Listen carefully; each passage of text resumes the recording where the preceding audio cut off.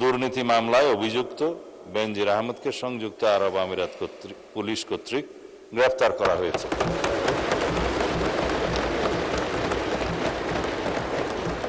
এবং তিনি বর্তমানে সেখানে আটক আছেন।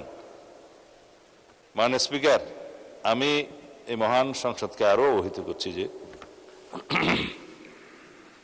এনসিবি আবুধাবি জানিয়েছে যে UAE federal law number 39 of 2006 অনুযায়ী গ্রেফতারের তারিখ হতে 30 দিনের মধ্যে কূটনৈতিক চ্যানেলের মাধ্যমে আনুষ্ঠানিক এক্সট্রাডিশন রিকোয়েস্ট প্রেরণ করতে হবে।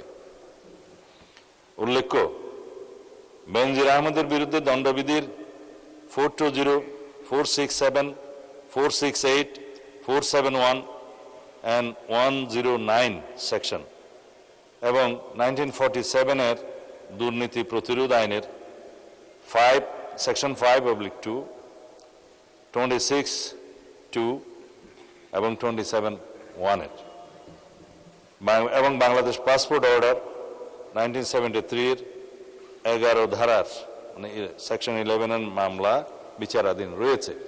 পররাষ্ট্র মন্ত্রণালয়ের মাধ্যমে ইউএই কর্তৃপক্ষের নিকট কূটনৈতিক চ্যানেলে আনুষ্ঠানিক এক্সট্রাডিশন রিকোয়েস্ট প্রেরণ করে এনসিবি আবুধাবির সাথে সমন্বয়পূর্বক অতি দ্রুতই তাকে বাংলাদেশে নিয়ে আসা হবে। এটি বাংলাদেশ পুলিশের একটি ঐতিহাসিক সাফল্য। এর মাধ্যমে আমরা বিচারহীনতার সংস্কৃতি থেকে বের হয়ে আসতে সক্ষম হব ইনশাআল্লাহ।